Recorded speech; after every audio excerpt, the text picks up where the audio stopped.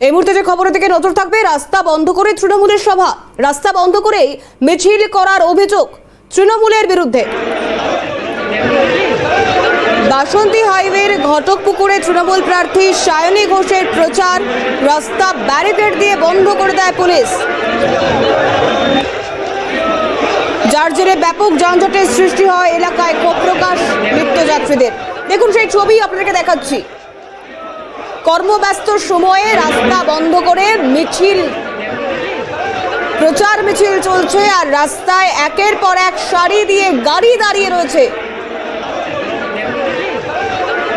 রাস্তা বন্ধ করেই চলছে প্রচারাভিযান।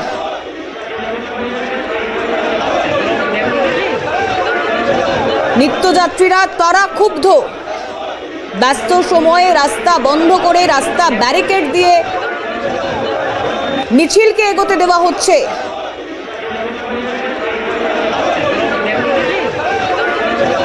তমাল আমাদের প্রতিনিধি রয়েছেন টেলিফোন লাইনে। তমাল, কি পরিস্থিতি? বলে রাখি যে ব্যস্ত সময়ে যে বাসন্তী হাইওয়ে যে ঘটকপুকুর মোড়, সেখানে কার্যত ব্যারিকেড দিয়ে রাস্তা বন্ধ করে দিয়ে তৃণমূলের যে প্রার্থী হয়েছে তারকাপ্রার্থী মিছিল করা হয় এবং সভা করা হয়। ব্যাপক যানজটের সৃষ্টি হয়। তোমায় বলে রাখি যে ভাঙর থেকে কিন্তু ঘটকপুকুর, সোনারপুকুর, ঘটকপুকুর, বাসন্তী থেকে ঘটকপুকুর, কালকি থেকে ঘটকপুকুর, এই যে রুট, এই প্রতিটা রুট কিন্তু এই ঘটকপুকুর মোড়ে নিচ্ছে এবং সেখানে গিয়েছিলাম এইভাবে ব্যারিকেড করে রাস্তা বন্ধ করে এই মিছিল ও সভাতে কিন্তু ব্যাপক যানজটের সৃষ্টি হয়, যে কারণে পুরোপুরি থেকে গাড়ি চলাচল বন্ধ হয়ে যায়। ঘটকপুকুর মোড় পুরোপুরি অবরুদ্ধ হয়ে যায়। যে কারণে এই সাধারণ মানুষ তারা ব্যাপক সমস্যার সম্মুখীন হন। যদিও যেরকম বিরোধীরা একদিকে তারা মুখ খুলেছেন, পাশাপাশি যে তৃণমূলের তারকা প্রার্থী তিনি কিন্তু এটা বলছেন যে বিরোধীদের কাজ হলো অভিযোগ করা এবং অভিযোগ না করে যাতে তারা নিজেদের প্রচারে মন দেন, এই ব্যাপারেও কিন্তু তিনি বলেছেন। কিন্তু প্রশ্ন উঠছে কিভাবে কলকাতা পুলিশ এইভাবে পারমিশন দিল, এইভাবে ব্যস্ত রাস্তা ঘটকপুকুরে যে পুরো একদম ঘটকপুকুর মোড় বন্ধ করে কি করে তারা সভা এবং মিছিলের পারমিশন দিল, তা নিয়ে কিন্তু প্রশ্ন উঠতে শুরু করেছে। কারণ বিরোধীরা কোনো সভা মিছিল করতে গেলে সেক্ষেত্রে তারা পারমিশন পায় না। দীর্ঘদিন ধরে অভিযোগ করেছে এই জায়গায় ব্যস্ত সময় এইভাবে অবরুদ্ধ করে রাস্তা ঘটকপুকুর মোড় কি করে মিছিল এবং সবার অনুমতি পেলে তা নিয়ে কিন্তু প্রশ্ন। বেশ তমাল, আপাতত ধন্যবাদ জানাবো। স্থানীয় মানুষজন বা নিত্যযাত্রী যারা রয়েছেন তারা কি বলছেন, কি অভিযোগ করছেন শুনুন।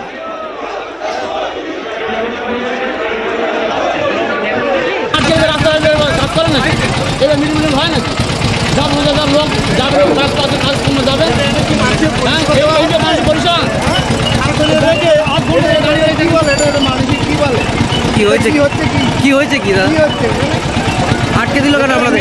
ধরে দাঁড়িয়ে আছে, এটা তেল ফুটছে, গরিব মানুষ এটা ভাড়ায় যাবে, কি এটা কি পাহাড়ের উপর থেকে উঠবে পয়সাটা? জাম হচ্ছে, সামনে সিগন্যাল দেয়নি, প্রচুর জাম হচ্ছে, গাড়ি ভাড়া প্রয়োজনীয় জাম। এটা রাজনীতির ব্যাপার, রাজনীতি হলেই এগুলো হয়।